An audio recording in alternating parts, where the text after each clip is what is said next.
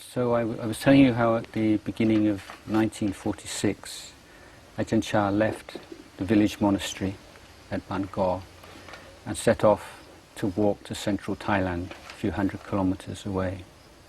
So this was like almost a second leaving home for him. And it was the point at which we can say he became a tudong monk, or a forest monk, for the first time. So maybe I could give you a bit of background on that. Right from the time of the Buddha himself, monks were already tending to form into two groups. One group of monks would live in the forests, quite secluded from lay people, and would devote themselves primarily to meditation practice, developing the threefold training leading to enlightenment. But there are also many monks, for one reason and another, who would live a lot closer to the towns and the villages, and they would have much more interaction with the lay people, and would be teaching and advising and so on and so forth. Sometimes it may well have been because they were ill and they couldn't handle the life in the forest. Maybe they had forest fevers and malaria and so on. It was too dangerous for them to be in the deep forest. Or else maybe as they got older, the life in the forest was too harsh for them. There may be many different reasons for it. It may well have been that, speaking from experience these days, that maybe parents of monks were very ill and they wanted to be close to their family and to be able to give moral, spiritual support to them. So there are all kinds of reasons why this kind of division between the monks originated. And over the course of hundreds of years, thousands of years now, it's become a very kind of clear-cut distinction.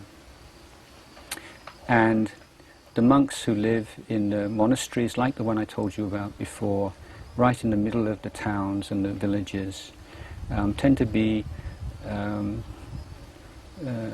devoted a lot more to academic study and to, we could say, priestly duties and interaction with the lay people, performing ceremonies and so on and so forth. Whereas the forest monasteries and the forest monks, usually in a minority, are living a little bit further away, a little bit more secluded, less contact with the lay people. Now, having said that, it's important to realize that the way the Buddha set up the monastic order ensured that monks have to have at least a daily, minimal daily contact with lay people. He didn't want the monks to be hermits. And there are all kinds of rules that prevent monks from going off by themselves for weeks or months on end and completely turning their backs on society. The Buddha didn't want monks to do that. So the forest monks have to go on alms round every day to walk into the local village and to receive their food, daily food offering. And so in the villages, one of the first things people do in the morning, they wake up and they cook some rice, and then they go and stand outside the house and wait for the monks to come and have a chat, and often they take their children or their grandchildren, and so it's a very beautiful way to start the day with an act of offering. And people in the northeast would often just put a small lump of sticky rice in the monk's bowl. So even the poorest person could offer something and feel they were contributing to the daily life of the monk and to support the monastery.